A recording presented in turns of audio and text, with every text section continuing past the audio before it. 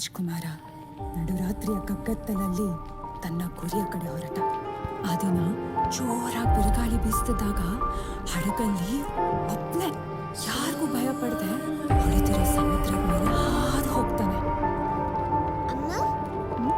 ಸಮುದ್ರ ಯಾಕಮ್ಮ ಹೊಳಿತಾ ಇರುತ್ತೆ? ಯಾಕಂದ್ರೆ ಸಮುದ್ರದ ಅಡಿಯಲ್ಲಿ ತುಂಬಾ ಬಂಗಾರ ಇದೆ, ಅದಕ್ಕೆ ಹೊಳೆಯುತ್ತೆ. ಅಮ್ಮ, ಈ ಪ್ರಪಂಚದಲ್ಲಿರೋ ಬಂಗಾರನೆಲ್ಲ ನಿನಗೆ ತಂದು ಕೊಡ್ತೀನಮ್ಮ. ಸರಿ ಆಯ್ತು, ಈಗ ನೀನ್ ಮಲ್ಕೋ, ನಾಳೆ ಬೆಳಿಗ್ಗೆ ಧೂಬಿ ತರುವಂತೆ. I tried so hard and got so far, but in the end it doesn't even matter. I had to fall to lose it all, but in the end it doesn't even matter.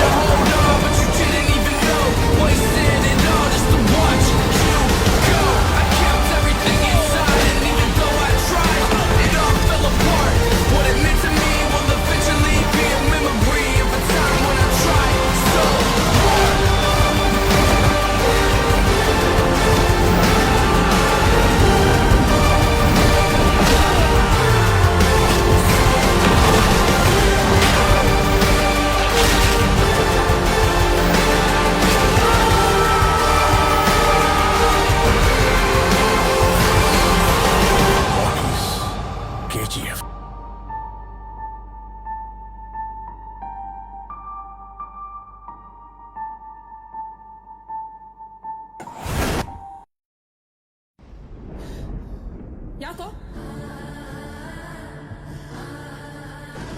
ಏನಾಯ್ತು? ನಾನಿದೇನಲ್ವಾ, ಹೆದರ್ಕೋಬೇಡ.